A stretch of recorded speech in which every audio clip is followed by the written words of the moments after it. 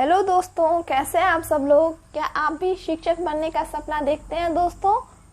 तो आप बिल्कुल सही वीडियो देख रहे हैं, जुड़े शिक्षा सिंधु के साथ, क्योंकि शिक्षा सिंधु में के साथ जुड़कर आप अपना ये सपना पूरा कर सकते हैं। यहाँ पे हम करते हैं CTET और बाकी सभी TET की तैयारी। अभी फिलहाल हम कर रहे हैं सीटेट के 2021 में जो दिसंबर जनवरी में एग्जाम हुआ था उसके क्वेश्चन सॉल्व कर रहे हैं। जितने दिन आपका एग्जाम चल रहा था उसके सभी दिनों के क्वेश्चन को भी हम सॉल्व कर रहे हैं, क्योंकि हम सब जानते हैं दोस्तों कि 2022 में जो आपका एग्जाम होने वाला है या फिर अगला जो आपका एग्जाम होने वाला है वो उसके लिए बहुत ही इंपॉर्टेंट है कि आप क्या करें, प्रैक्टिस करें। किससे प्रैक्टिस करें? 2021 के एग्जाम में पूछे गए क्वेश्चन से प्रैक्टिस करें। तो दोस्तों आज हम लोग प्रैक्टिस करने वाले हैं इंग्लिश यानी लैंग्वेज 1 में इंग्लिश सब्जेक्ट के क्वेश्चन को 2021 में जो 23 दिसंबर के एग्जाम में पूछा गया था। दोस्तों उम्मीद है कि आप इससे पहले के यानी 16 दिसंबर से लेके 22 दिसंबर तक के जो हम क्वेश्चन सॉल्व किए हैं शिक्षा सिंधु में वो सब आप लोग सॉल्व कर चुके होंगे। अगर नहीं किए हैं तो जरूर करें, क्योंकि बहुत ही जरूरी है सभी दिनों के क्वेश्चन को की प्रैक्टिस करना। अगर आप प्रैक्टिस करेंगे तो आप 3 बातें देख सकते हैं सीटेट के क्वेश्चन में। आप समझ सकते हैं ये कि एक तो ये कि सीटेट का क्वेश्चन जो है वो बार बार रिपीट होता रहता है। दूसरी बात ये कि सीटेट ने जो 2021 में एग्जाम लिया था, दोस्तों मैं बार बार आपको बताती हूँ, आप सबको लगता है कि किसका क्वेश्चन समझ में नहीं आता है कि कैसा है। तो इसलिए समझ में नहीं आता है क्योंकि पूछने का तरीका जो था, पूछने का पैटर्न जो था वो सीटेट ने एकदम से चेंज कर दिया। अब सीधा आपसे क्वेश्चन नहीं पूछा जाएगा बल्कि उसको एक कहानी के रूप में बना के किसी और तरीके से पूछा जाता है। और साथ ही साथ क्या किया गया है, क्वेश्चन का जो लेवल था उसे भी हाई कर दिया गया है। तो इन सभी चीज को समझने के लिए 2022 की बेहतरीन तैयारी के लिए पढ़ाई के साथ साथ जरूरी है प्रीवियस ईयर क्वेश्चन सॉल्व करना। तो और ईयर के तो करें ही करें, सीटेट के 2021 के क्वेश्चन जरूर सॉल्व करें। ऑनलाइन जो एग्जाम हुआ था आपका, तो आज 23 दिसंबर के क्वेश्चन को सॉल्व करेंगे। तो दोस्तों इसमें होता ये है लैंग्वेज के क्वेश्चन में, अगर लैंग्वेज 1 में आप जो भी सब्जेक्ट लिए हो, इंग्लिश लिए हो, हिंदी लिए हो, संस्कृत लिए हो या फिर उर्दू, कोई भी सब्जेक्ट आप लिए हैं, तो उसमें क्या होता है, पहला 9 क्वेश्चन जो होता है वो कॉम्प्रिहेंशन से पूछा जाता है, यानी कॉम्प्रिहेंशन से प्रोज पार्ट से पूछा जाता है। और अगला 9 क्वेश्चन जो होता है वो पूछा जाता है किससे, एक पोएम से। जैसे यहाँ पे आप देख सकते हैं, जैसे ये सारे क्वेश्चन जो है वो एक कहानी से पूछे गए, फिर आपके सामने एक पोएम दिया गया है और फिर उस पोएम से बाकी क्वेश्चन पूछे गए हैं। आज के वीडियो में हम लोग सॉल्व करेंगे इंग्लिश के पेडागोजी के क्वेश्चन। बहुत सारे दोस्तों को ये क्वेश्चन समझ में नहीं आता है, बहुत क्वेश्चन गलत कराते हैं इंग्लिश के एग्जाम में। तो दोस्तों आज समझेंगे बहुत ही मजेदार तरीके से सीटेट के इंग्लिश के पेडागोजी के क्वेश्चन को सॉल्व करना। तो अगर अभी तक चैनल के साथ नहीं जुड़े हैं तो जल्दी से शिक्षा सिंधु को सब्सक्राइब कर लें, अपने दोस्तों के साथ भी वीडियो को शेयर करें और पूरा वीडियो जरूर देखें, क्योंकि आज जो हम पेडागोजी के 15 क्वेश्चन सॉल्व करेंगे, ये सिर्फ आज पेडागोजी के 15 क्वेश्चन आप सॉल्व नहीं करेंगे बल्कि आने वाले एग्जाम की तैयारी के लिए 15 क्वेश्चन तैयार करेंगे। तो दोस्तों देखिए पहला क्वेश्चन क्या है। पहला क्वेश्चन पूछा गया है इंग्लिश के पेडागोजी से कि development of the mother tongue in a child is generally assumed as, यानी किसी भी बच्चे में मातृभाषा का जो विकास होता है वो जनरली क्या एज्यूम किया जाता है कि ये क्या होता है। क्या ये लैंग्वेज का एक्विजिशन होता है या फिर लैंग्वेज की लर्निंग होती है, language assimilation and abstract language development. ये बस आपको यहाँ पे कंफ्यूज करने के लिए डाला गया है। तो दोस्तों 2 बात होती है, एक होता है लैंग्वेज एक्विजिशन और एक होता है लैंग्वेज लर्निंग। इन दोनों में पहले डिफरेंस समझ ले। बिना किसी एक्स्ट्रा एफर्ट मतलब बिना किसी स्कूल में गए या फिर बिना किसी ऐसे कोचिंग सेंटर, ऐसे संस्थान में गए जहां पे आपको कोई लैंग्वेज किसी के द्वारा, टीचर के द्वारा, किसी और बुक के द्वारा किसी भी प्रकार से सिखाया जा रहा है, अगर बिना इसकी सहायता से आप कुछ सीख रहे हैं, खुद सीख रहे हैं, दोस्तों से सीख रहे हैं, किसी ग्रुप में हैं, अपने फैमिली से सीख रहे हैं, तो उसे कहा जाता है क्या, लैंग्वेज एक्विजिशन। वहीं आप स्कूल में जाके कोई भाषा सीखते हैं या फिर किसी ट्यूशन पे कोई भाषा सीखते हैं तो उसे कहा जाता है क्या, लैंग्वेज लर्निंग। तो अगर बच्चा कोई मातृभाषा सीखता है, जैसे आप अपनी मातृभाषा के बारे में सोचिए, क्या आपको स्कूल में ये बोलना सिखाया गया, क्या आपको ट्यूशन पे ये बोलना सिखाया गया? नहीं, ये आप खुद ब खुद जब बोलना शुरू किए तो खुद बोलने लगे। कैसे बोलने लगे? उस भाषा को अधिग्रहण करके उस लैंग्वेज को के एक्विजिशन से, यानी कौन सा ऑप्शन सही हुआ? ऑप्शन नंबर 1 इसका सही आंसर होगा। अगला क्वेश्चन है दोस्तों कि stories during the early years of language learning are, यानी भाषा के अधिगम के शुरुआती साल में जो स्टोरी टेलिंग होता है वो क्यों किया जाता है? बच्चों को कहानियाँ क्यों सुनाई जाती है? क्या बच्चे याद रखें इसलिए कहानियाँ सुनाई जाती है, या फिर रिपीटेशन और रिप्रोडक्शन के लिए सुनाई जाती है, या फिर लर्निंग वन सोसाइटीज के लिए सुनाई जाती है? दोस्तों इसका सही कारण क्या होता है? इसका सही कारण होता है इनपुट्स फॉर लैंग्वेज लर्निंग, यानी लैंग्वेज लर्निंग के इनपुट्स के लिए क्या किया जाता है? स्टोरियाँ सुनाई जाती है। ऑप्शन नंबर 2 इसका सही आंसर है।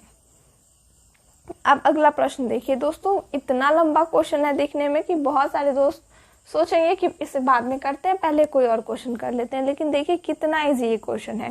क्वेश्चन में कह रहा है कि a teacher of class 5 gives lots of sentences using words like good, beautiful, bad, colourful, old, young, यानी ये सब जो वर्ड है, अच्छा, सुंदर, बुरा, रंगीन, ये सारे शब्द क्या किए जाते हैं? एक टीचर के द्वारा 5वीं क्लास की कक्षा के बच्चों को दिए जाते हैं। अब आगे लिखा है when learners have noticed these words which she named as describing words, जब बच्चे इस पे ध्यान देते हैं, क्या इसे किस तरह से कहा गया, इस वर्ड को क्या कहा गया है? डिस्क्राइबिंग वर्ड्स, यानी क्या कहते हैं? विशेषता बताने वाले वर्ड के रूप में बच्चे को ये बताया गया। उसके बाद क्या करती है? उसके बाद वो टीचर कुछ सेंटेंस देती है बच्चों के सामने, लर्नर के सामने, और उनसे पूछती है क्या? उनसे कहती है कि इन डिस्क्राइबिंग वर्ड को, यानी गुड, बैड, ब्यूटीफुल, ये डिस्क्राइबिंग वर्ड जो है उनका इन सेंटेंस में यूज करो। यानी ये क्या कर रही है? पहले वर्ड दे रही है, वर्ड को विशेषता बताने वाला वर्ड बता रही है, और उसके बाद वो क्या कर रही है? किसी भी सेंटेंस में कुछ खाली स्थान दे करके उसका यूज करने को कह रही है, यानी बच्चे को खुद से कुछ करने के लिए कह रही है। पहले एग्जाम्पल दे रही है, और लास्ट में, सबसे लास्ट में क्या करती है? वो बच्चे को बताती है कि ये जो वर्ड है वो क्या है? एडजेक्टिव है, यानी लास्ट में वो वर्ड के बारे में बता रही है कि वो एडजेक्टिव है। पहले एग्जाम्पल दे रही है, बच्चों से सॉल्व करवा रही है, और लास्ट में बता रही है कि वो एडजेक्टिव है। तो ये स्ट्रेटजी क्या कहलाती है? तो दोस्तों इस स्ट्रेटजी को कहा जाता है कॉन्शियसनेस राइजिंग। ये ऑप्शन 2 है इसका सही आंसर।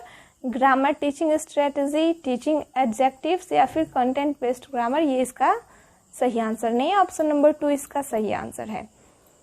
अब अगला प्रश्न है कि which method believes drilling as a major technique. तो दोस्तों अगर आप डेली क्लास कर रहे हैं तो शायद अभी तक आपको याद हो गया होगा कि ड्रिलिंग क्या है।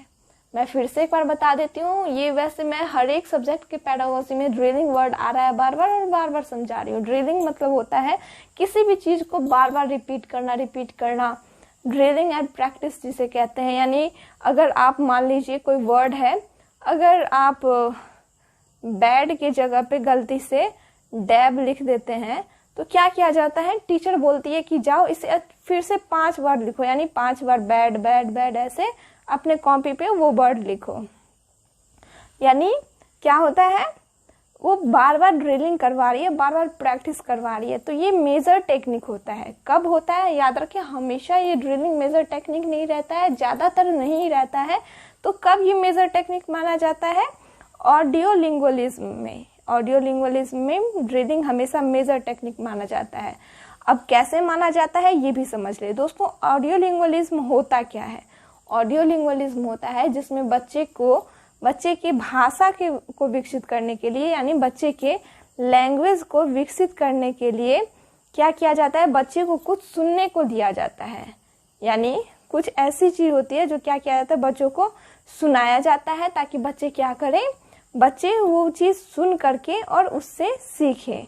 यानी बार बार एक ही चीज को, मान लीजिए कोई एक शब्द है, कोई एक कहानी है, बार बार क्या किया जाता है? उस चीज को बच्चे को सुनाया जाता है, बार बार सुनाया जाता है, जिसके कारण बच्चे क्या करते हैं? वो चीज सुनते सुनते सीख लेते हैं। इसे कहा जाता है ऑडियो लिंग्विज्म। अब बढ़ते हैं अगले प्रश्न पे। ऑडियो लिंग्विज्म दोस्तों कहते हैं किसी भी चीज को सुनाकर बच्चे को सिखाना, और ऑडियो लिंग्विज्म में बार बार सुनाना यानी ड्रिलिंग जो है वो एक मेजर टेक्निक है। ये हुआ इसका सही आंसर। अब देखिए अगला प्रश्न क्या है। अगला प्रश्न है कि मल्टीलिंगुअलिज्म क्या है, यानी बहुभाषिकता जिसे हम हिंदी में कहते हैं वो क्या है। तो दोस्तों बहुभाषिकता क्या होगा? बहुभाषिकता क्या होगा? क्या learning as many language as possible, यानी जितनी भाषा संभव हो उतनी भाषा सीखना, क्या मल्टीलिंगुअलिज्म कहलाएगा? बिल्कुल नहीं। तो क्या फिर learning the mother tongue home language only, यानी सिर्फ और सिर्फ मातृभाषा घर की भाषा सीखना मल्टीलिंगुअलिज्म कहलाएगा? ऐसा भी नहीं है। फिर आगे लिखा हुआ है starting with mother tongue home language, यानी घर की भाषा मातृभाषा के साथ शुरुआत करना, and move on to add more languages in school, और उसके बाद स्कूल में और भी लैंग्वेज को ऐड करना, ये कहलाता है मल्टीलिंगुअलिज्म। हमेशा याद रखें मल्टीलिंगुअलिज्म क्या होता है, बहुभाषिकता क्या होती है। स्टार्टिंग विथ मदर टंग और home language and move on to add more language in schools. Option number 3 इसका सही आंसर होगा।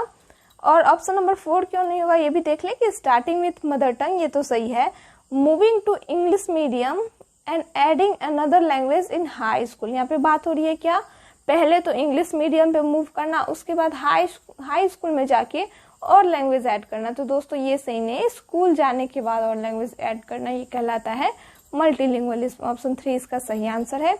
बढ़ते हैं अगले प्रश्न पे। अगला प्रश्न है हिंदी इज इंडियाज, यानी हिंदी इंडिया की कौन सी लैंग्वेज है। दोस्तों ध्यान दें, अभी हम क्या सॉल्व कर रहे हैं, अभी सॉल्व कर रहे हैं इंग्लिश के क्वेश्चन, और पूछा क्या गया है किसके बारे में, हिंदी के बारे में। इसलिए अगर आप हिंदी सब्जेक्ट नहीं भी लिए फिर भी ध्यान रखिए कि हिंदी कौन सा लैंग्वेज है, इंग्लिश कौन सा लैंग्वेज है, या फिर कोई भी लैंग्वेज आप ले रहे हैं या फिर पढ़ रहे हैं तो उसके बारे में ध्यान रखिए कि वो कौन सा लैंग्वेज है। तो दोस्तों यहाँ पे पूछा जा रहा है कि हिंदी इंडिया का कौन सा लैंग्वेज है। तो हिंदी को इंडिया का, क्या आपको लगता है कि नेशनल लैंग्वेज माना जाता है? दोस्तों इंडिया का नेशनल लैंग्वेज कोई भी लैंग्वेज नहीं है, हिंदी को इंडिया का ऑफिशियल लैंग्वेज माना गया है। हमेशा याद रखें ऑफिशियल लैंग्वेज माना गया है हिंदी को। और क्या आपको पता है कि इंग्लिश को कौन सा लैंग्वेज माना गया है? अगर पता है तो जरूर कमेंट में बताइएगा। नहीं पता है दोस्तों तो याद कर ले कि एसोसिएट ऑफिशियल लैंग्वेज के नाम से जाना जाता है इंग्लिश लैंग्वेज को इंडिया में। बढ़ते हैं अगले क्वेश्चन की ओर। पसंद आ रहा हो तो लाइक शेयर और सब्सक्राइब करना बिल्कुल मत भूलिएगा। और डेली 10 बजे आप शिक्षा सिंधु के साथ जुड़ के कर सकते हैं एक नया क्वेश्चन, नए सब्जेक्ट का क्वेश्चन सॉल्व। अब देखिए अगला प्रश्न क्या है। अगला प्रश्न है कि errors committed by learner in their writing and speaking should be treated as, यानी किसी भी बच्चे के लिखने और बोलने में जो गलतियां होती है उसे कैसे ट्रीट किया जाए। तो इसको कैसे ट्रीट किया जाए, इसे इंडिकेशन फॉर अर्निंग के द्वारा ट्रीट किया जाए। अगर आप नोट बना रहे हो तो ये सारे पॉइंट आप लिख सकते हैं, क्योंकि बार बार ये क्वेश्चन अगर आप डेली सॉल्व करें तो देखिए इसी प्रकार से क्वेश्चन पूछे जाते हैं, बहुत सारे क्वेश्चन रिपीट होते हैं। जैसे अगला क्वेश्चन देखिए क्या लिखा हुआ है कि learners undergo stages for developing a good write up, what is the approach known as. अगर गुड राइटअप के डेवलपिंग के लिए कौन सा अप्रोच सबसे अच्छा माना जाएगा, तो इसे कहा जाता है process approach to writing. Option number 4 इसका सही आंसर है। ऐसे ही नेक्स्ट क्वेश्चन देखें क्या है कि children in their early year scribble on the wall, floor and in notebooks, what is the stage in language learning called. यानी बच्चे जब छोटे रहते हैं तो वो क्या कहते हैं, शुरुआती दौर में बच्चे क्या करते हैं, स्क्रिबल करते हैं वॉल पे, फ्लोर पे या फिर अपने कॉपी पे। स्क्रिबल का मतलब होता है आड़ी तिरछी कोई भी लकीर ऐसे खींचते जाना, तो इसे कहते हैं स्क्रिबलिंग। तो वो बच्चे स्क्रिबल करते हैं शुरुआती दौर पे, दीवार पे कोई लकीर बना देंगे, फ्लोर पे कोई लकीर बना देंगे, या फिर अपने कॉपी में यानी नोटबुक में भी कोई लकीर आड़ी तिरछी खींचते हैं। तो इस स्टेज को क्या कहा जाता है। कई बच्चे को कंफ्यूज करने के लिए एक वर्ड दिया गया है स्क्रिबलिंग, तो इस वर्ड से आपको बिल्कुल कंफ्यूज नहीं होना है। इस स्टेज को स्क्रिबलिंग स्टेज बिल्कुल नहीं कहा जाता। तो कहा क्या जाता है, इसे कहा जाता है इमर्जेंट लिटरेसी, इसे इमर्जेंट लिटरेसी कहा जाता है। ऑप्शन नंबर 2 इसका सही आंसर है। अब बढ़ते हैं अगले प्रश्न पे। अगला प्रश्न है कि which of the following is assessment for learning. Learning के असेसमेंट के लिए यानी अधिगम के आकलन के लिए कौन सा सही है? लिखित परीक्षा जिसे कहते हैं राइटिंग टेस्ट, क्या वो सही है? या फिर साल के अंत में किसी भी टर्म के एंड में कोई टेस्ट लिया जाता है, एग्जाम लिया जाता है, वो सही है? किस चीज के लिए? भाषा के अधिगम के आकलन के लिए, असेसमेंट के, लर्निंग के लिए। क्या समेटिव असेसमेंट दोस्तों, टर्म एंड एग्जाम और समेटिव असेसमेंट ये दोनों एक ही हैं। तो सबसे बेस्ट कौन सा है दोस्तों? फॉर्मेटिव असेसमेंट, जिसे रचनात्मक मूल्यांकन कहते हैं। और ये बेस्ट क्यों? क्योंकि इसमें क्या होता है, हमेशा इसमें फीडबैक दिया जाता है बच्चों को, जिसके कारण ये असेसमेंट ऑफ लर्निंग है। ऑप्शन नंबर 3 इसका सही आंसर है। अगर आपसे बात की जाए कि असेसमेंट ऑफ लर्निंग की, तो याद रखिए फॉर्मेटिव असेसमेंट होगा। और अगले क्वेश्चन में ही हम देखेंगे कि लास्ट में जो होता है लर्निंग का जो आउटकम्स होता है, यानी लर्निंग से बच्चे क्या हुआ, कुछ बच्चे अधिगम किए तो उससे क्या मिला उसे, तो उसे क्या कहते हैं? Summative assessment. अब यहाँ पे अगला क्वेश्चन देखिए क्या लिखा हुआ है। If a child is good reader in one language, she or he can be good reader in another or any language when he learns another language. This is known as, यानी अगर कोई बच्चा है या बच्ची है वो किसी भाषा को अच्छे से जानते हैं, तो अगर वो एक भाषा में अच्छे हैं, उसके अच्छे पाठक हैं, अच्छे रीडर है, गुड रीडर है, तो वो दूसरी भाषा जो होगी, कोई भी भाषा हो जाए वो, तो उसे भी वो अच्छे से सीख लेंगे, पढ़ लेंगे। तो इसे क्या कहा जाता है? तो दोस्तों इसे कहा जाता है स्किल ट्रांसफर। आप अपने क्लास में भी देखे होंगे, जब पढ़ते होंगे या फिर पढ़ाते होंगे तो देखते होंगे कि कोई एक बच्चा रहता है वो किसी एक ही सब्जेक्ट में बेस्ट रहेगा, कोई 2 सब्जेक्ट में बेस्ट रहेगा, लेकिन कोई ऐसा रहेगा जिसका हर एक सब्जेक्ट, जितना भी सब्जेक्ट वो पढ़ रहा होगा, सारा सब्जेक्ट उसका स्ट्रांग होगा। उसका कारण क्या होता है? Skill transfer. इसके कारण होता है। ऐसे ही लैंग्वेज में भी होता है कि अगर कोई है जिसकी पकड़ एक लैंग्वेज पे अच्छी है और उसकी पकड़ बाकी कोई सारी लैंग्वेज जो सीखना चाहे उस पर भी अच्छी हो जाती है, तो उसका कारण होता है उसकी स्किल का ट्रांसफर। ऑप्शन नंबर 3 इसका सही आंसर है। अब देखिए जिसकी बात कर रही थी वो क्वेश्चन आपके सामने आ गया, किसकी? लर्निंग आउटकम्स की, जिसके बारे में पहले ही बता चुकी हूँ कि लर्निंग आउटकम्स क्या होता है। ये ऐसे यानी समेटिव असेसमेंट क्या आता है? समेटिव असेसमेंट के अंदर आता है। और समेटिव असेसमेंट यानी इसका एक और नाम मैं बताई थी क्या? टर्म एंड एग्जाम, ये भी था, टर्म एंड एग्जाम ये भी था समेटिव असेसमेंट। तो ऑप्शन देखिए आप तुरंत इसका आंसर दे सकते हैं, क्या होगा इसका सही आंसर? इसमें आप देख सकते हैं end of course. End of course यानी टर्म एंड एग्जाम, किसी भी कोर्स का अंत। तो यही होगा इसका लर्निंग आउटकम्स क्या है? Learning outcomes are competencies to be achieved or performed by learners at the end of course। अगर यहाँ पे देखिए कोर्स ऑफ स्टडी लिखा हुआ है, यानी स्टडी के ही टाइम में ये FA से रिलेटेड है। वैसे ये FA तो असेसमेंट हुआ, लेकिन फिर भी ये FA से रिलेटेड हुआ, ये SA से रिलेटेड हुआ, ऐसे करके आप याद रख सकते हैं। तो इसका सही ऑप्शन क्या होगा? ऑप्शन नंबर 1 इसका सही आंसर होगा। ऐसे अगला क्वेश्चन देखिए। अगला क्वेश्चन क्या है कि which 2 of the following are the main aims of remedial teaching, यानी जिसे कहते हैं निदानात्मक भी हम कहते हैं रेमेडियल को हिंदी में। अगर आप हिंदी जानते हो तो याद रखिए रेमेडियल को निदानात्मक कहते हैं। तो इसका 2 मेन एम कौन सा है? दोस्तों इसका बहुत सारा मेन एम है, लेकिन यहाँ पे बस 2 ही मेन एम आपसे पूछ रहा है। तो इस क्वेश्चन को देखिए ध्यान से, क्या कह रहा है कि remedial teaching is for learners to improve their learning, यानी जो अधिगम करता है उसके अधिगम के हिंदी इसका ये हुआ कि जो अधिगम करता है उसके अधिगम को इम्प्रूव करने के लिए इसका यूज किया जाता है। तो ये बिल्कुल सही है। रेमेडियल टीचिंग के द्वारा क्या होता है, किसी भी बच्चे की, जो बच्चा सीख रहा है उसे इम्प्रूव करने के लिए यूज किया जाता है। अगर बच्चा कहीं कठिनाई महसूस करता है सीखने में तो उसका कैसे सुधार करे, कैसे नई स्ट्रेटेजी अपनाए, ऐसा किया जाता है। यानी ऑप्शन नंबर ए इसका सही आंसर है। अब अगला देखिए, remedial teaching is for teacher to make changes in their teaching, ये भी सही है। रेमेडियल टीचिंग से क्या करते हैं, अगर बच्चा कुछ है, कोई बच्चा है जैसे क्लास में 10 बच्चे हैं और 8 बच्चे कुछ सीख गए और 2 बच्चे कुछ सीख नहीं पा रहे हैं, तो क्या होता है टीचर सोचते हैं कि इन 2 बच्चे को सीखने में कुछ कठिनाई हो रही है, तो वो किसी और सिखाने के तरीके का प्रयोग करके निदानात्मक मूल्यांकन करते हैं। फिर देखते हैं बच्चा जहाँ पे नहीं समझ पा रहा है उस चीज को अलग तरीके से समझाने की कोशिश करते हैं। इसमें भी रेमेडियल टीचिंग की मदद ली जाती है, यानी ऑप्शन बी भी इसका मेन एम है। बाकी और एम में देखिए कि क्या और भी इससे ज्यादा महत्वपूर्ण एम अगर कोई हो सकता है तो वो ऑप्शन सही होगा। अगला है कि remedial teaching is for teacher to understand their learner. दोस्तों, teacher to understand their learner, ये और क्या ये रेमेडियल टीचिंग का मेन एम है? एक होता है दोस्तों जैसे हिंदी में निदान, और ये रेमेडियल टीचिंग का मेन एम नहीं है।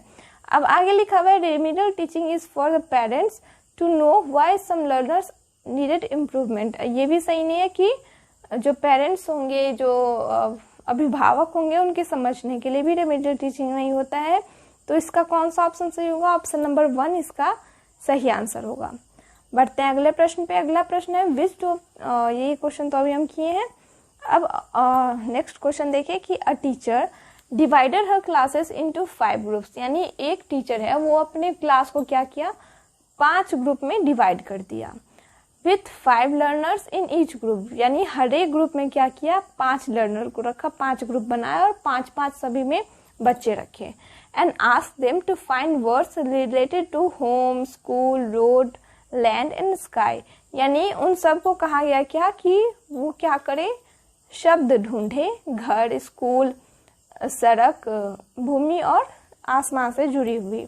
अब आगे लिखा हुआ है कि each group found 10 to 15 word, यानी हर एक ग्रुप क्या किया, 10 से 15 वर्ड ढूंढा।